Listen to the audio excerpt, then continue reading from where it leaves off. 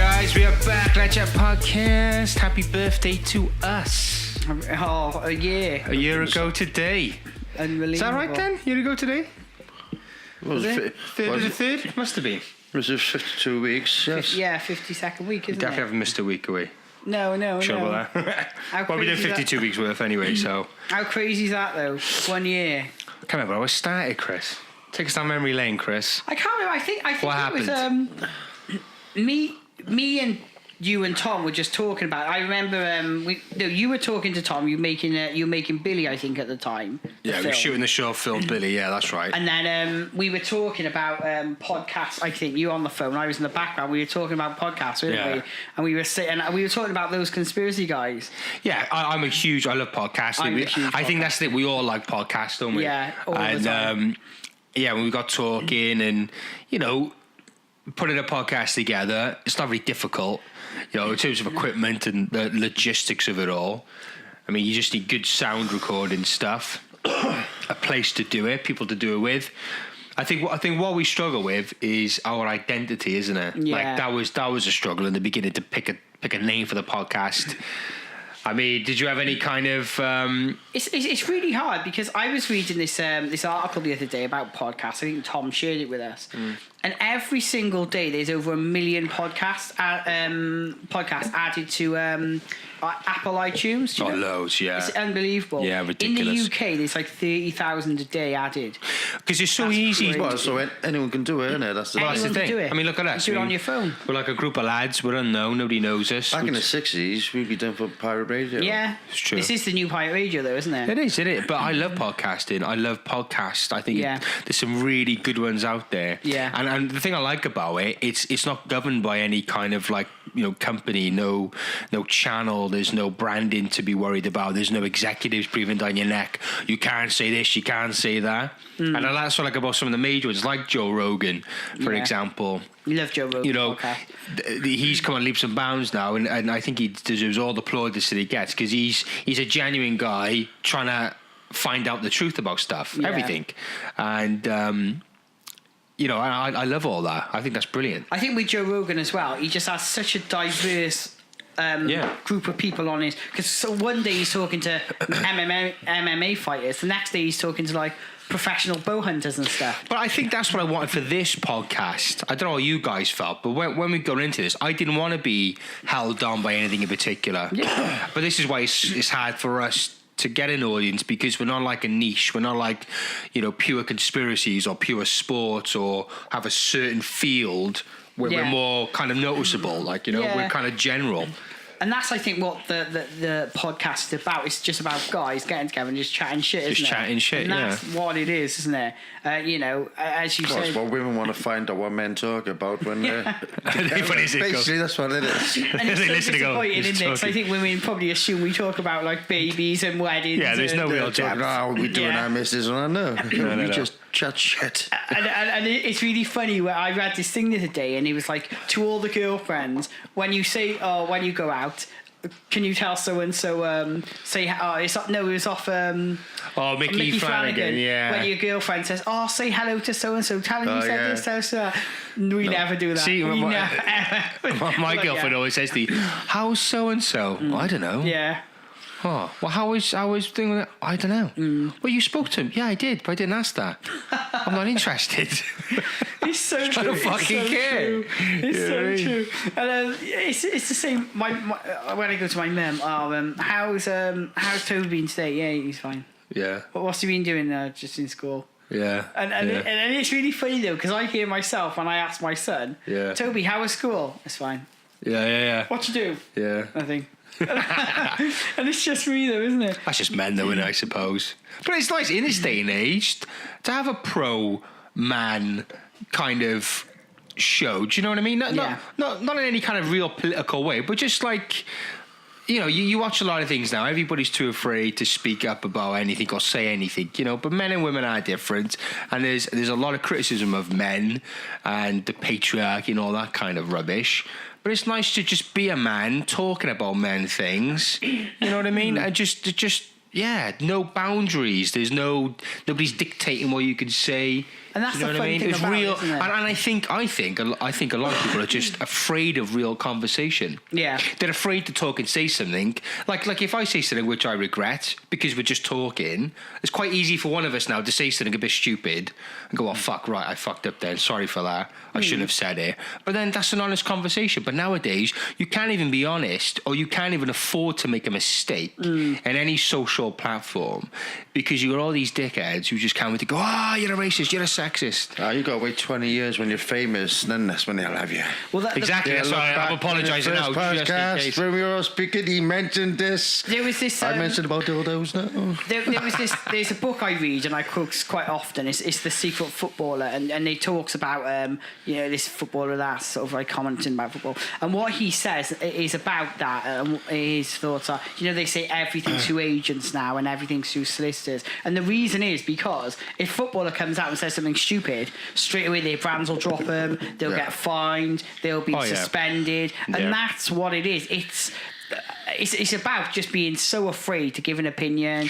And when they have these interviews and they're like, "Oh, that footballer's so boring." He probably isn't. He's probably the funniest, not interesting guy in the world. This is why I know a lot of people go, "Oh, this is tyranny's coming. We're going to be oppressed." And I know blah, tyranny's blah, blah. coming. Game of Thrones is coming, isn't there? Yeah, but everyone says tyranny.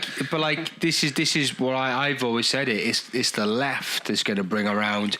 Well, we mentioned George Orwell before, and his book 1984 and about oppressive government and thought crime and stuff like that.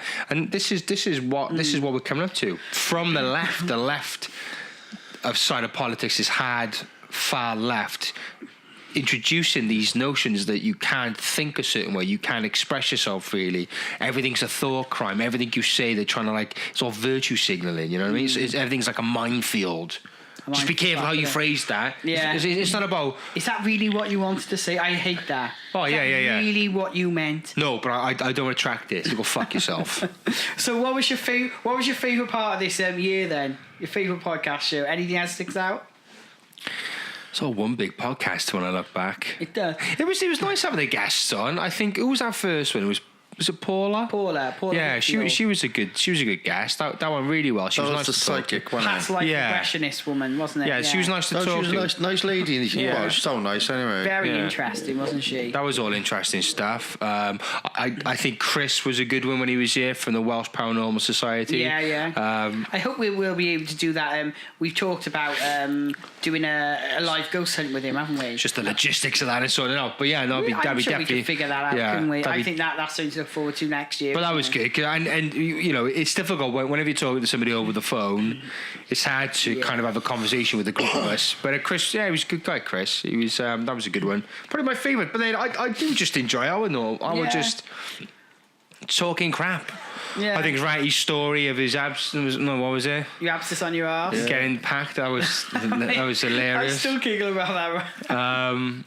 I like, one of the guests that unfortunately didn't make on was one of my favourite people speaking to academic, because he's an academic and interested in the field, was Duncan Luna. And the one who did that, the Green Children. The Green Children. It was a really interesting story. It's a shame that it didn't quite work out. That we had technical issues with that. Yeah, we couldn't quite. Technical issues, I know that. Ratty Wesley. Yeah. I'm sure we'll go into that. But it's really interesting. And Andy Campbell was a really interesting guest, wasn't it? Remember the special with Andy Campbell, ex-footballer? Yeah, I was away for that one. Yeah, he was a really interesting guy, actually. Yeah. And it's a really popular one, and we got hundreds and hundreds of views on that. I think that's one of our highest... He's a popular name, isn't he? Highest pop, yeah. I know. I think go forward, obviously, we get some more guests on. It'd be nice to get people actually in with us talking rather than over the phone, because you can, finding those cues is difficult. Yeah. It's difficult, isn't it? Because if we had the tech, and one thing about podcasting is hard is now it's so popular. You've got huge organisations like the BBC, New York. We had a small fish in the ocean when it comes to podcasting, and this is why it is difficult for us. We do look at the figures. We're very honest. We haven't got many followers. There's not much interaction at all. when it comes to the podcast, but you just got to keep going. Yeah. This is very, I mean, a year may seem a long time, but in podcast world, it's not. No. You're talking 5 years before potentially anything positive could happen to the show Joe which you're Rogan creating. podcast now? It's like 1,400 episodes or something? It feels like I was to Joe Rogan. Yeah, about 12,050 odd. When did Joe Rogan podcast first start? We're using that. 2007, maybe. Do you reckon? Yeah, it was. Experiences by Joe Rogan. Yes, you dickhead. Siri. When was the first Joe Rogan podcast created? So we're just using Siri here. The Joe Rogan Do you know what? Siri is a fucking just shit. Absolute crap sometimes. That's why Apple are number 3. But that's the thing, though, isn't it? But it's over 10 years. I'm sure Joe Rogan is over 10 years. But I just, it depends on your job and your kind of lifestyle and whatever else. But, he's a busy man doing the stand-up, flying on the UFC. But like he says, he hasn't got a real job. Like this is what I think, like if I ever won the lottery or come into big money, I'd like to think that I would do something similar in terms of my time. Like you just fill it up with creative things to do. Yeah. And I just think if you've got no work, I think you could easily forego sleep and compound an extra 3 hours of something productive in your life.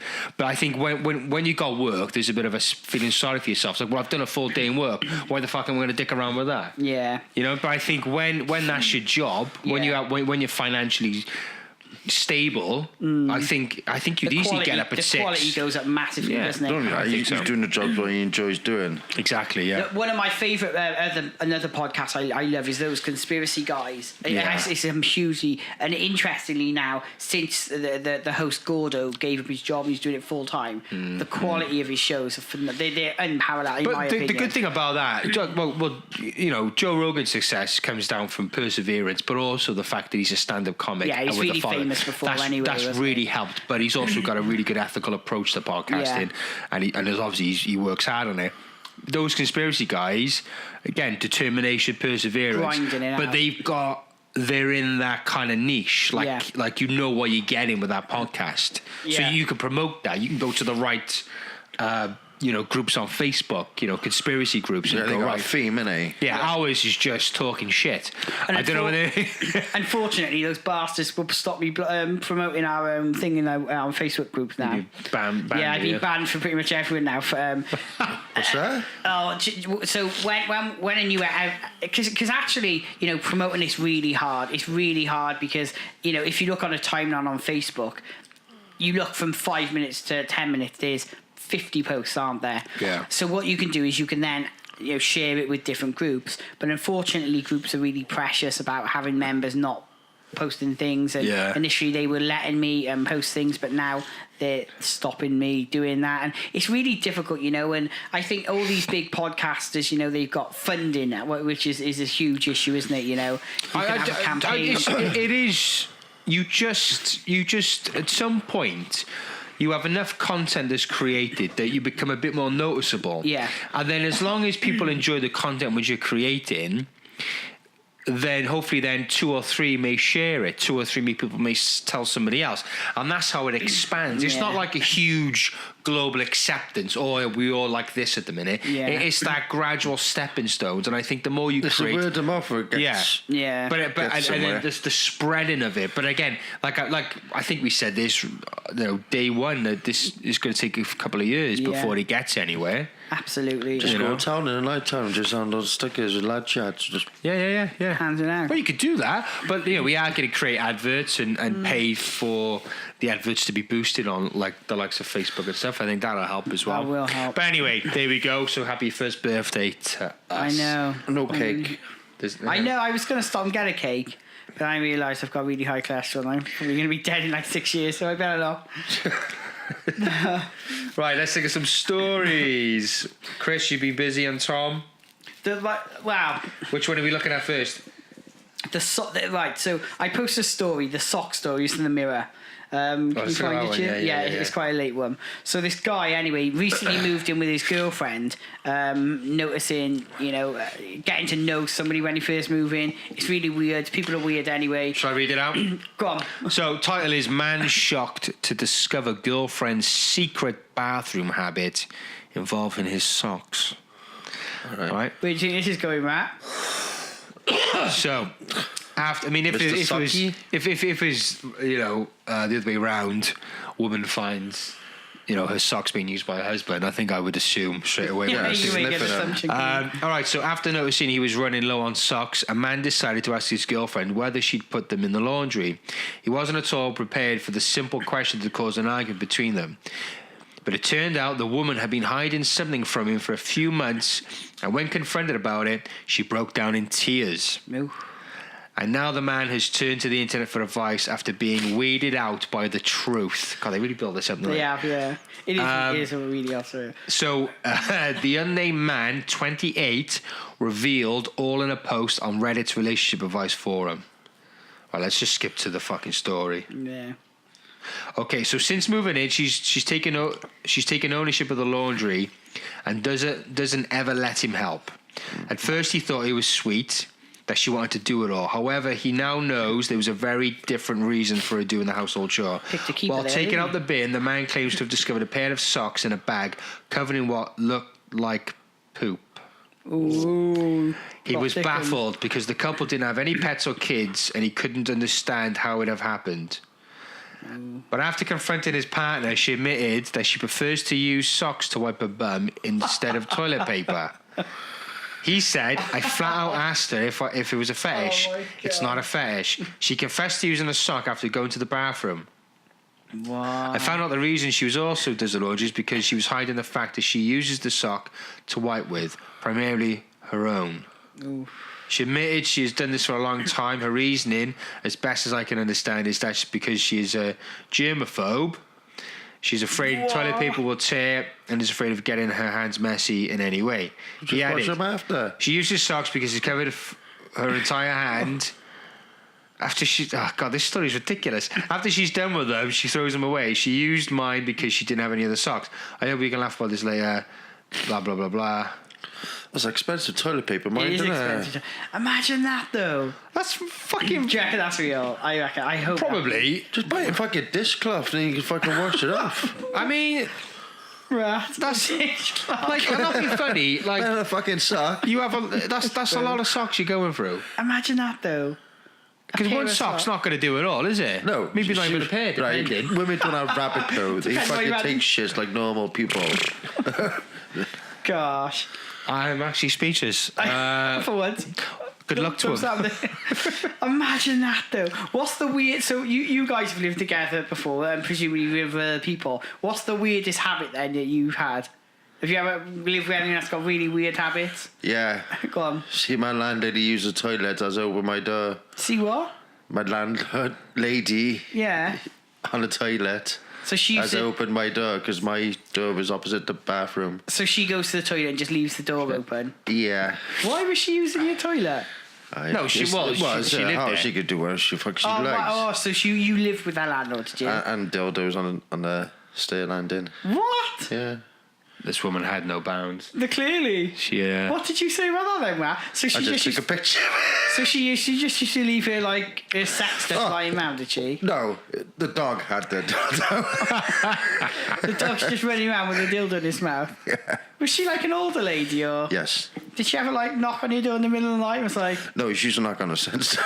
On his son's door. It's just getting weird and weird. Yeah, this is weird, isn't it? What about you, Jim? Have you ever lived with anyone that's got really weird habits? Not really. I live with a friend of mine, John. With your ex-friend now. Are you still friends? No, he died when he was... sorry to hear that. In fact, he died when I was living with him. Oh, gosh. No, but I used to get him for work, and he used to... I'd knock on... Like, if I talked to Ray, I'd knock on the door. Yeah. You know, he'd just sort of walk in. I knock and he'd go, yeah, come in. And he'd be there just flat out naked, just having a read. And he'd talk to you in the most casual manner ever. But for fuck's sake. What?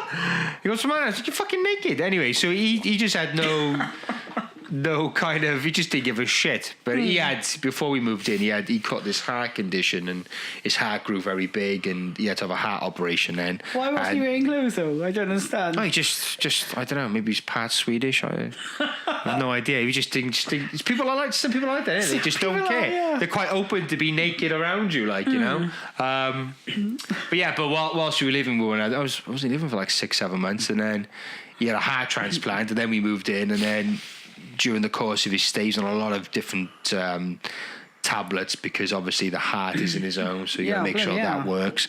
But he gained a lot of weight, and which wasn't healthy for him. And we lived down Splot Road. Yeah. So you can imagine all the takeaways and all that nearby. Yeah. So you get loads and loads and loads. Bloody hell, Jim, you must have loved it. To be honest, I do have some willpower. I do cook. Like the thing is with me, my appetite. I love food, right? Yeah. So it's not all about. I think people who eat just junk food all the time. I love junk food. Don't get me wrong. Yeah. But just eat it all the time. That's something. That's not loving food. That's hating yourself. Yeah. Right. And he was like that, and understandable because of his circumstances. But then he kept coughing a lot, coughing, and then the one day he woke me up. Because I'm off to the doctors. This cough won't go. It's like, yeah, fine. A day or two later, I just assumed he stayed up his mum and dad's up in Tonopandi, and then he rang me. He goes, he said I'm up the hospital. It's quite serious. I said, what's the matter? He goes, well, I'm coughing a lot because my heart's failing. The heart is failing. And it's causing a lot of fluid and stuff like that. And then that's the last time I spoke to him. And then it was like a week later. He was on life support. I went up to see him. He was out of it. And then he died. Oh my God! Not long after that, 24. Bloody hell, that's no age, is it? Yeah, 24. And I realised after he died, because like now we just split it down the middle, but back then, you know, I was like, well, you pay for this, I'll pay for that. You pay for this, and I'll pay for that. But he didn't pay any. I didn't realise this till he died. He didn't pay any of the water rates, any of the council tax. Oh no! So of course, when he died, I was fucked. Yeah. I was really fucked, and well, with the tenancy and everything, I suppose. Well, the one good thing I was glad I did is we split that down the middle. So when he didn't pay his half of the rent, the landlord went after him. Right. He wasn't after me. Yeah. He said, I got no problems with you. You pay every month, which I was. Yeah. But John didn't. Right. He never paid at all. So that was a separate thing, thankfully. But shit. I just, because my mum and dad wasn't able to sort me out with money to cover the cost. So I had this horrible, awkward position where I had to say to his mum and dad, like, he wasn't paying his way. Yeah, he wasn't. You know, they just lost their son. Yeah. And I was like, I'm really sorry. I have no way of paying all this. Yeah. And they were like, that's fine, James. We'll help you out with that. And thankfully they did. Yeah. Horrible. Yeah. I mean, I was in work and his dad rang me and he said, it's John's dad. And I thought he said John's dead. I was like, what? And he goes, no, it's John's dad. He passed away. Yeah. I was like, fuck. So I'm walking. I'm going, fuck. Bloody hell. Went in his room, just, you know, usually I'd see him there naked reading a book. And it was just an empty room. And that was it. That was it, yeah. Crazy. How fucking depressing was that? Anyway. I was reading this thing anyway, and it was about things. It was like a girl's thing about what to understand about when you move in with a boyfriend. All right, yeah. And it was like, oh, you know, when you're not living together, you don't notice all the things all the annoying things they do. And apparently, the one thing that they were like, oh, was when men go to the toilet, it smells really bad. And it was like, apparently, but that's just women. That's I've been, you know, I've come across female toilets before, and I, you know, lived with an ex-partner. You know, it's not always fucking roses. But it's not, is it? And literally. No, but any woman who says, "Oh, I take a shit and it smells of roses," is full of crap. Yeah. No, is it possible? Shit out potpourri. Yeah. But anyway, one thing that it makes me laugh, because me and Nick, although we sort of like we've seen each other for a long time, we didn't live together. And it's annoying things that I found she does. Yeah. Like, she's really, like, Nick's really small and she's really quiet. Right. When she walks around. So literally, and I think I've said this before, like, I'll just turn the lights off. I'm walking from the bathroom to the to our hallway, and I open the door. She just stood there in the pitch black. Just friggin' stood, and I don't hear her. I don't see her come in. She's just there, and the amount of times I say, "Nick, you're gonna give me a friggin' heart attack." She doesn't do it to frighten me.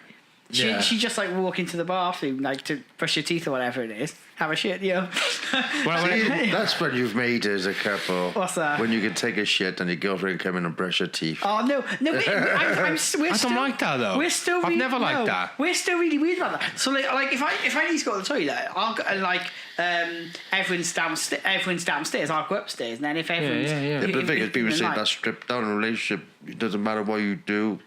I'm a weird like that. Ever go to the toilet. See, Deb would. Like I've been in. Don't let me in. I'm on the loo. Just let me in then. No, I'm taking a shit.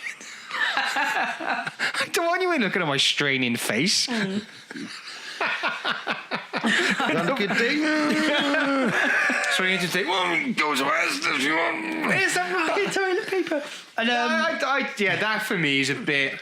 It's a bit like I don't know, like when I'm on the loo, I do treat it like a bit of a ritual. Like I like to like go in with a I'm like an old man with a paper, but I've upgraded it now to like tech or whatever. But I like to have a stroll on eBay. I go on my all that kind of stuff. Like, but I like to not depends if you got the time to do it, but like I just sometimes you need to get in and out. Don't you? Well, I've been in the shower and she's come in like.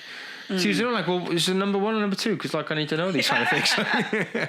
You're more pissed now. But like one of my mates, right? He says when he's having a bath, like his girlfriend is just going like. Yeah, but when our bath he's having a bath, when our bath is just the toilet, and that's the head end. Yeah. So you don't be laying a head end. And she's got like just stood there, like sat there, chronic diarrhea. But you don't It'd be fucking horrific. You're like, oh, we went out of toilet paper, hand me the flannel. but your nostrils would be like less than a foot away from the arsehole, wouldn't they? My God. There's one thing going in after, but then not while during. Yeah. No, that's definitely blurring the boundaries. No, I like love. I've got my limits. I can't be doing says, that. Like when he'll be in would the you bar. do that, Rat? Would you allow the missus to have a shit next to your head? Depends. What? It depends on what. Depends how close you are in a relationship, innit, I suppose. I don't think I could ever be that close to shit. I don't think there's ever going to be. I'll never be that close to somebody where shit doesn't smell like shit. But at the end of the day, what are you doing the freaky stuff? You're near that position anyway, so it doesn't make a difference. Yeah, it's different when someone's like shitting on you, though. It's when they go, go to the toilet before we do it. Yeah. Then you're fucking in there. Yeah. Oh, give me some wet wipes. I hear the story. Did I say this? You go to America, you got like a brown patch on you, know? I heard the story before, right? And keep smelling shit. This is a sick story. And I heard the story before. This guy was like, with his girlfriend, and they were, getting down to it. Yeah. And she was, giving her a blowjob, whatever. And then he farted right on her head. Fucking hell. But apparently his girlfriend was laughing about it. What if you fart during sex? I mean, there's no sex to tell. Then I just, Imagine that though, right on her head. You like a girl farting, I have no issues with, as long as it doesn't become like a competition thing. I can fart louder than you. Yeah. You call that off? But then I like, because I'll say to Deb, like, not like she farts all the time, but like, don't be with me for hours and hours and hours, and you're dying to squeeze one out, like. And then your stomach starts growling, you get an upset. Because it does, doesn't it? If you hold in a fart, you didn't work, Chris. You have meetings all day, right? You're in court. You want to fart, right? You just want to break, let one rip. I don't know, that might let me get out of one, mightn't it? And it's eating you up inside. It's the same when you go to shops. You walk around Asda. Yeah.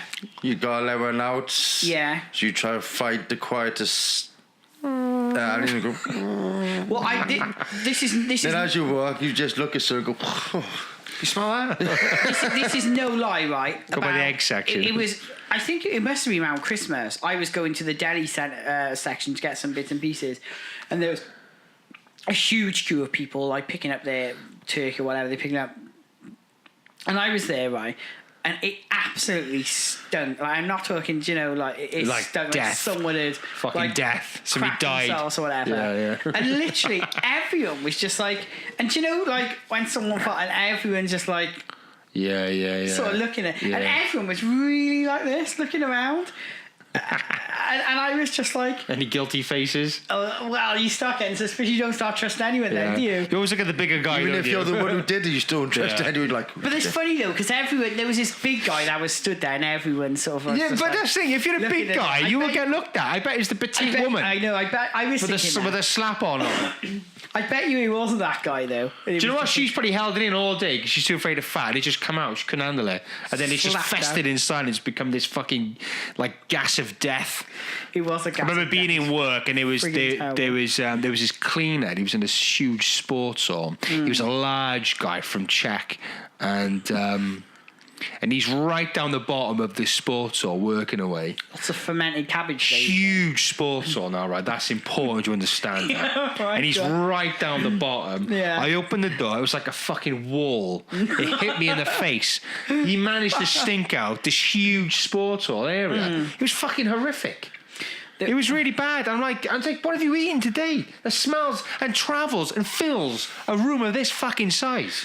Well, years ago, It's almost impressive. It wasn't that disgusting. Well, years ago when I worked in this, I worked for this charity and we shared an office. So we shared an office with an architecture company, and it was like a really old sort of like Victorian house where you had. Do you know where you so it's down the bottom of the thing, ground floor was the entrance, and then you go halfway up, and then you've got a bathroom there, and then we went up. Anyway, there was this guy, and he used to every like morning go for a massive crap, and you had to walk past the toilet to get to the office, and honestly you could smell it before he'd open the door. It was so bad, and we used to try and like not go in there in the mornings, and he'd always have a massive crap. And this is when years ago, another story about this, when I worked in a school, and as part of the school, it's really complicated. We had a big school, a medium-sized primary school I worked in, but at the end of the hall there was two offices where different teams worked. And there, in between the two offices there was a unisex toilet. And this guy used to not use that toilet. He used to come up to where we were all eating our dinner, and he would have a crap there. And everyone, literally, they started putting messages on there saying, "Please, can the teams use the toilets that are closest to?" Because he would walk past the toilet through our school.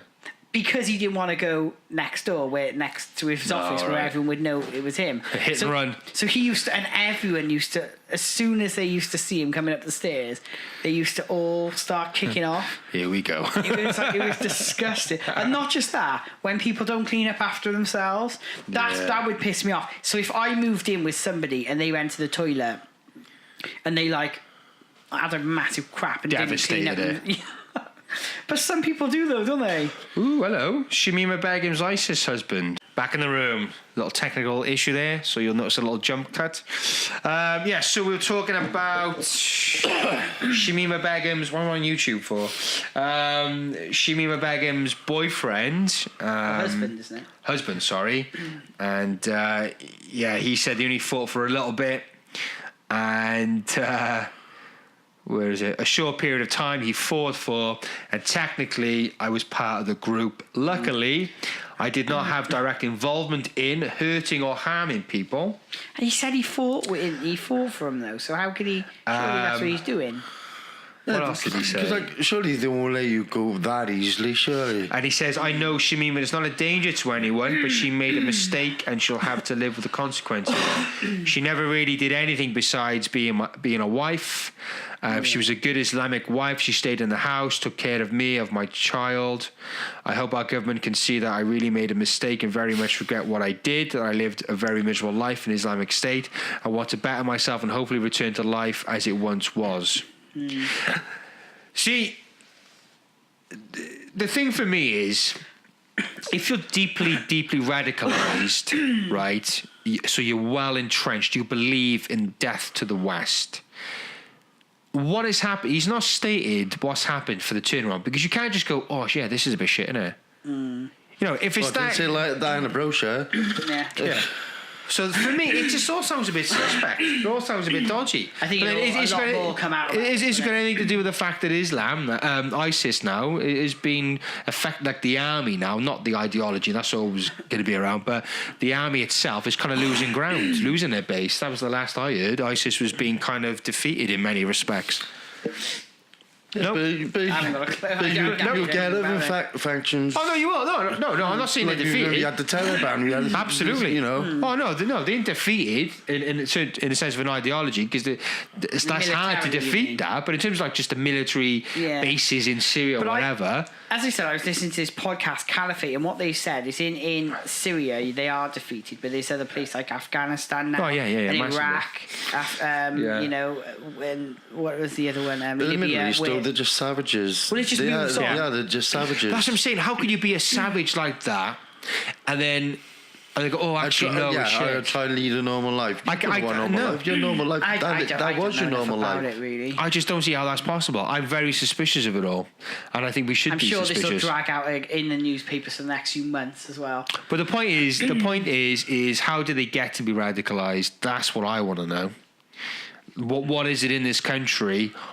Where's it coming from? And I'm not being funny. The family, like I said in the last podcast, that's where you need to be looking. Was he like from Holland though? He was, but she wasn't. Right. She was British. So anyway, any funny stories? Let's change the mood. Yeah. What was the one you put? What was the one about the stabbing, Chris? Stabbing? Something got stabbed, was it? What's that that was Tom. So there's a story about a guy, wasn't it, in the...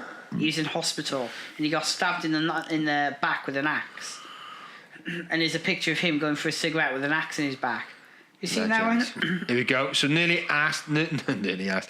naked man with knife in his back walks out of hospital in freezing temperatures for a cigarette. Have you seen the picture? Jesus Christ. Yeah. Unbelievable. It doesn't look real, does it? It looks like something off a film. Bit of a shitty image, but you see it on there. Yeah. It doesn't look. It looks ridiculous. Did you see years ago? So hang on, let me read the story. Vladimir, 34, walked out of hospital with a knife embedded in his back to get himself a cigarette. The patient was almost completely naked when he walked out of the hospital's accident and emergency department, reports the Daily Mail. The incident took place in Russia, city of Kazan. The patient was warned by the staff in the hospital that he was risking his life by stepping out as temperatures outside was -10. People usually worry about the cold while walking out in such freezing temperatures, even with layers of clothing. The doctors warned the man that he would die if he walked outside the hospital naked and badly injured. The act was caught on cameras in the hospital. The graphic footage shows 34-year-old patient stumbling around the hospital, searching for his way out after being warned by people in the hospital that he would be potentially lose his life. Okay, you're repeating yourself now. Yeah. Russia, huh? Absolutely mad. Huh? How did he get the access back? He got attacked. Reports say that the man was wounded in a drunken fight. However, the details of the incident have not been revealed. Bar fights are extremely hard to control and go to a very dangerous extent. After the brawl at the bar took place, the ambulance rushed to the scene. The ambulance staff... takes an axe to a pub. Looks more like a machete, to be honest. If someone comes at you, though, with an axe in a bar... I'm in the wrong bar. Yeah, back down, don't you? Can you remember years ago, and there was a woman in the underground in London, and she was walking around. Someone had tried to mug her, and she put up a fight. And anyway, these kids had run off, and she was just caught on CCTV, and she got stabbed in the back. Do you remember? Can you remember seeing that? Yeah, I think there's a picture of her with a knife in her back. Yeah, just walking around with a knife in her back. She didn't recognise. She didn't realise. She just didn't feel it. I think they say that it's like shark bites. Well, if something is that sharp and it enters you or it cuts something, sometimes it's so sharp you don't feel it. I remember I've got a scar on the top of my finger here. It's like a shock thing, isn't it? Well, yeah. And when we moved into the house, basically I was watching the football. I'd been a lazy bastard, and Nick we'd been out shopping. We just got back from the football. Nick had bought a lamp, and she wanted me to open it up. So just put it out. I was like, oh, Nick, I'll do it. No, do it now. Anyway, instead of getting the scissors. But the football's on. The knife was there, so I was watching the football, and anyway, sliced straight through it. Thought, what the hell's that? That's wet. Blood squirting all up the door. Nice. I cut the top of my finger off. My uncle, I didn't feel a thing. my uncle cut these 3 fingers off with a bandsaw. in his Bloody work. hell. He didn't know he cut it off. What? Until you had a tap saying your fingers are on the floor. Stop, yeah, we're on lunch and pick up your fingers on the Got on way. a bandsaw like that. Did he sew 'em back on, or? No, he's basically like that. God. Gnarly, dude. No. But I fight with my brother years ago. I was only about 10 or 11, fighting up by there, and he threw me on the floor. How are you fighting over, Jim? Just kids fighting. Yeah. And I thought, oh God, my leg feels wet. As I looked down, I sliced my knee. I got a scar there, my kneecap. You can see it. And the blood just filled up my welly. God, what was it? Glass or It's something? like a glass bottle or something like that. But I didn't feel it. Laughing and joking and all that. And Nathan's like, like the legs pouring with blood. That's just sometimes you follow. You just think, oh, I Yeah. just hurt myself. Think of it here. Then There you go. you look down, there's a you really just good- feel something warm and wet. Even after I realised, I was just like, oh, a lot of blood. My mum said I was swinging on my leg. I was on like a stool, Yeah. swinging on my leg, and like the wound was going like this, just opening and closing. Just filling my welly. But yeah, it just, But there was a shark attack thing I watched in whatever it was, Australia, and this woman, I think she lost her arm or her leg through a shark attack, and she said, I just didn't feel anything. That's why you don't want to take up surfing. Just didn't feel anything at all. It come up, and then went back down again, and you just didn't feel Their it. teeth are probably so sharp. Oh, though, yeah. aren't they? I just serrated, but they shake, see. Yeah. There was this book I've got I was reading when I was on holiday. It's called Voices from Waterloo, and it was written by the people that fought in the battle. And what really interesting. But what one of the doctors said is quite often people would be hit by cannonballs, and they wouldn't notice. They would just carry on fighting, and literally they would just bleed out. They'd just drop dead. And there was one story of a guy. He got both his legs hit off by a cannonball, and he was crawling towards the enemy to fight, and all the enemy were just so shocked by this guy with basically 2 stumps. He didn't feel the pain, and they were watching him for 10 yards crawling towards them with his gun in his... You must have noticed people looked a bit taller though. And the whole army just basically, the whole unit he was fighting just stopped in absolute horror. Those things you'd And he see just in dropped war, dead, those kind of things you'd see in war must be so horrific. Especially to that It's the so D-Day surreal. thing on the beach and all that. Yeah. That'd be horrible. Yeah, God, Well, yeah. there was this, another story in this book, which is an amazing book. It's so weird, and what they would do is in the army, basically, if you got injured, you were left to fend for yourself. You had to. The doctors probably wouldn't. You have to make your way to a field hospital, and people would just go into people's houses and stuff like that. They would just find the nearest house they could, and some houses were literally full of hundreds of dead and dying soldiers on both sides. And they were saying people would literally walk to a house with their arms blown off, massive holes in their stomach, and they would get there and they would just collapse. There's this one story of a cavalry sergeant, and he was going along the road, lots of people dead and dying and all trying to make their way to hospital, and there was this one guy, and he had both his arms blown off, and he just a trail of blood for hundreds of meters. And what he said is he felt so sorry for this one particular guy, he stopped and gave him a drink of whiskey, and the guy took a swig of it, said thank you, and just dropped dead on the spot. That was the end of him, And you think, imagine to be walking past all those just injured people. It's traumatic, isn't it? You see some of them picking their own arms up off the ground, just looking at it. And just in going, absolute shock. Yeah. I know my uncle, years ago, he was in D-Day. He was in the advance party. So before D-Day landed, they would send soldiers over, like 6 hours, to clear the obstacles or stick mines there. And when he got there, basically they saw him, the Germans saw him, they opened fire, and he had machine gun bullets all across his chest. And he showed us at a party once. My dad asked me to go and ask if he killed anyone. That's my dad, my dad's humour. And he said about his bullets, and he said he didn't feel a thing. He just felt like someone had punched him. To be honest, they're probably so adrenaline pumped up. You just don't be honest, feel it. you're shitting yourself. Yeah, of course. Unless you're a proper nutcase who loves war. Imagine that, though. You'd just be terrified. I'd be peeing and defecating myself. They say, with post-traumatic stress is they're thinking about like experimenting with like LSDs and drugs like that to help people with post-traumatic stress. Can I tell you another nerdy story about LSD then, James? Yeah. I've got my Nerdathon 2000 out today. So during the Second World War, the Germans tried, they were trying to make super soldiers, and what they would do, they would pump these soldiers full of LSD and acid and things like that to make them go and fight. And these soldiers were just literally like machines. They would fight with severe injuries, carry on going, no sleep, no drink, nothing. But what happened was they would just drop dead. They were just exhausted. Yeah. And so these people would literally they'd be stabbed in the neck, they'd be shot in the throat. They just carry on fighting. Same thing with the Berserkers and the Vikings. That's how they used to be. They used to do drugs. They used to think what animal get absolutely they are, then they'll just manifest into them. To be fair though, with a bottle of scotch, squirrel, a bottle of scotch in your belly, you charge against anyone, wouldn't you? Go for the nuts. There's only 1,000 of them. Fuck off. But doesn't that show that the mind plays a big part in terms of like how you life and existing and psychology is crazy. You can mentally overcome a lot of things. It's just hypnosis do. Can I tell you another nerdy story? Sorry. Go on. So have you ever heard of Stanford Bridge? Stanford Bridge. Yeah. So there was this battle. So where Stanford Bridge, or near where Stanford Bridge is now, there used to be a bridge, literally a bridge. I went across it. When the Vikings invaded and they were fighting against the Normans, there was this story that the bridge was wide enough for about 2 or 3 people. And when the Vikings attacked and the Normans tried to repel them, so the Normans and English, one massive Viking stood on the bridge and he held the bridge for about half a day on his own. He was so big and strong, anyone that came to attack him, he just killed them. And actually, this one man, because he was so ferocious and so nuts, held back the whole English army for half a day.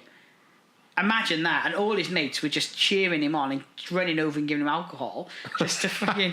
And he was killing dozens of people, throwing them off the bridge. He didn't give a fuck, and literally that is. I want to see one man doing that, and there's a group of you, and he's seen you doing that.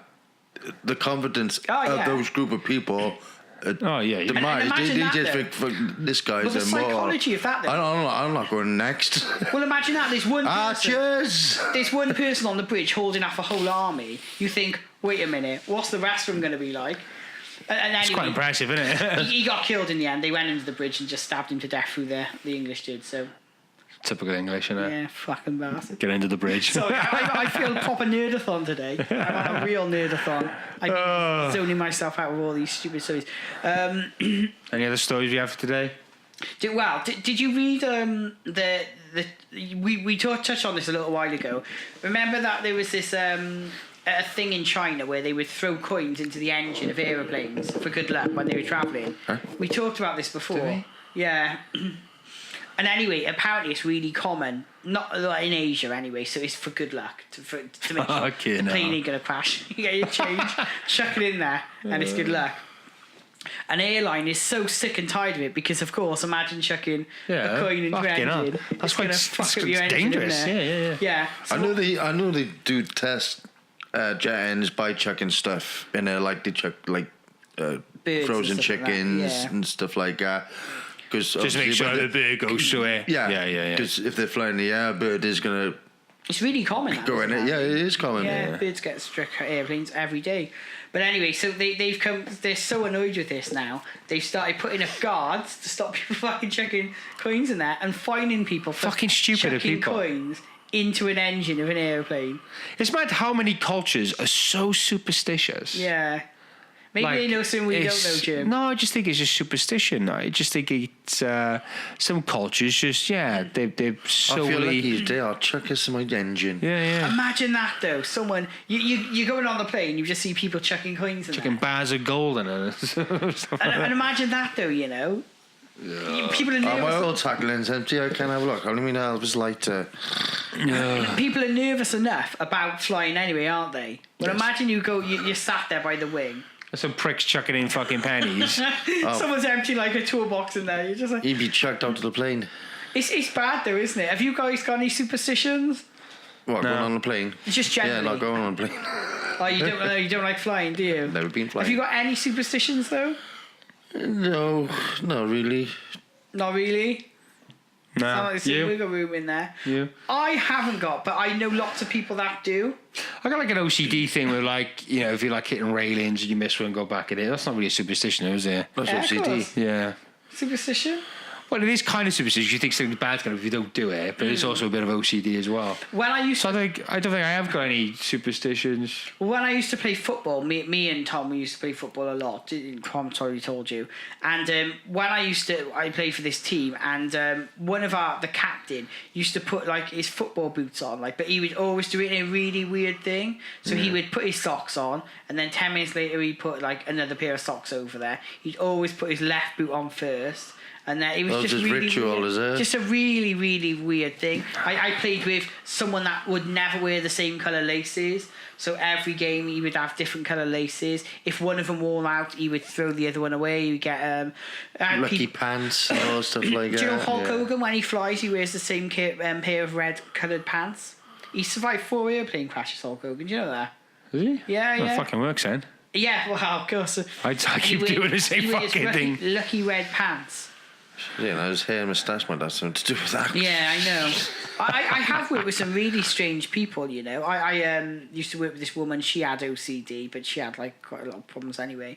And whenever she left the room, she would always turn the light off 3 times. She'd turn it off, turn it on, turn it off. And I was like, why did you do that? It's a superstition. She always goes back to her house as well. So she'll walk to the end of her path, go back, walk to the end of her path. Yeah, it gets out of hand, and then life just becomes so fucking unbearable to be in that kind of loop and psyche of, you know, must do this 3 times, go do that 4 times. Can you remember there was a program? It was called was it OCD Cleanness or something on Channel 4? I think I can remember something like that, yeah. And there was this guy, right, and he would spend 4 hours a day cleaning. So 2 hours in the morning, he'd get up, and before he even brushed his teeth, had a cup of tea, whatever, he would clean for 2 hours. And what he would do, he was so weird about it. His house is spotless. He wouldn't have anyone in his house because he was so. Best with you be clean. But it was amazing. He would, and when I say clean his house for 2 hours, the level of detail he would go into in the morning was forensic. He would go around with like toothbrush. It was with toothbrush, but he would even go around with earbuds all around like the things to make sure it's spotless. And then he would bleach everything every day, his cooker. And then in the night before he went to bed, he would do it all again. Yeah, that's just beyond that. That can be really good for your health, using the chemicals. Like that. Well, what the premise... That's part of the problem, inhaling fucking Pledge. He probably was, yeah, high off his tits with bloody bleach. But what the premise of the show was then, he went and lived with someone that was like really, really... Oh, no. The other way. That like literally just take a shit and just leave it down in the toilet. Oh, have a cardiac. See, all you do is just send the cleaner to someone's house to clean their house for it. That's basically what the program... Yeah, come here for a social experiment. I'll just leave you here for 2 hours. But what happened in the end of it was that it just got like they balanced each other out, so they were like, oh, it doesn't matter if you fucking have a piss on the floor or whatever, just leave it. And the other guy was like, well, I suppose it doesn't matter. Right. Done about an hour. Yeah, sorry. I got a bit that's good stuff. Nerdathon today. All right, guys, Let's Chat Podcast, yahoo.com, SoundCloud, iTunes, Facebook page, Let's Chat Podcast. Get in touch, say hello, and goodbye.